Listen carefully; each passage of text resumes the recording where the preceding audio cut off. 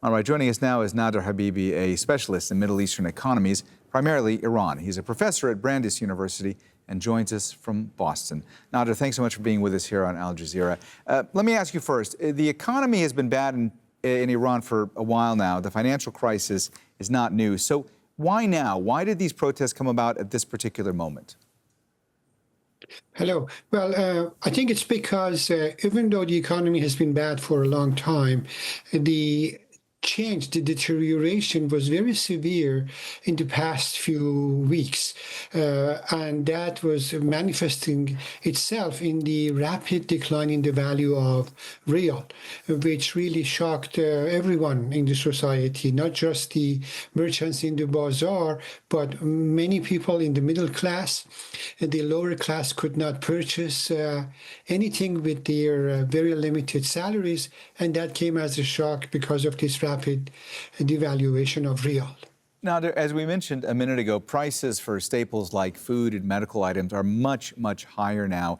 What can the government actually do in the short and the long term to get out of this situation? And from your vantage point, does the government actually have the tools that it needs in order to do so?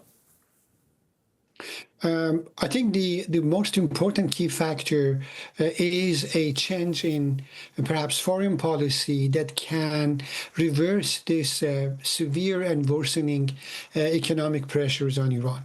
Iran's supply of hard currency has declined sharply in the past 2 months. Even the government itself acknowledged.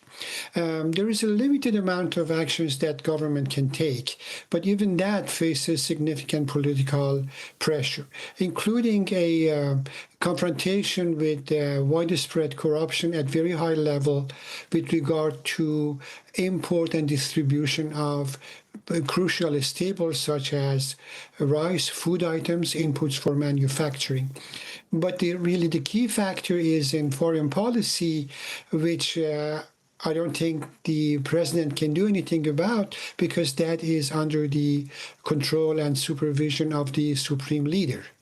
So you mentioned foreign policy and that it's very limited what can be done. I mean, what are the steps that need to be taken by Iranian officials in order to try to accomplish something when it comes to foreign policy in order to help get out of this state?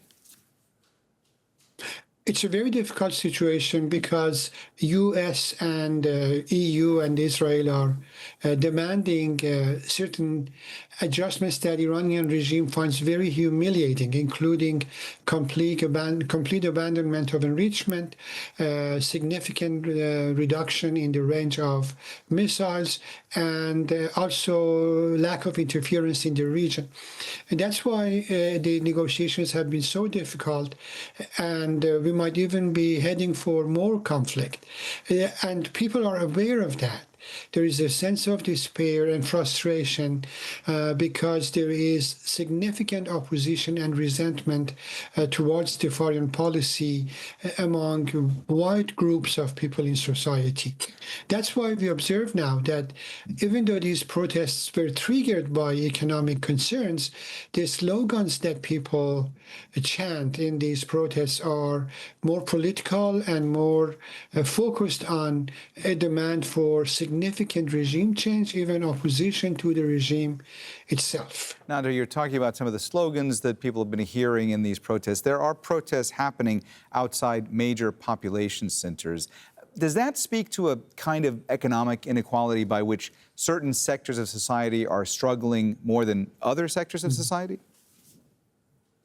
That is true, but in the past 2 years, the percentage of people who have suffered a significant decline in their standard of living is very large. So now we're talking about a society in which perhaps 60 to 70% of the population feels like its economic conditions have declined, and many of them feel barely above or even below the poverty line.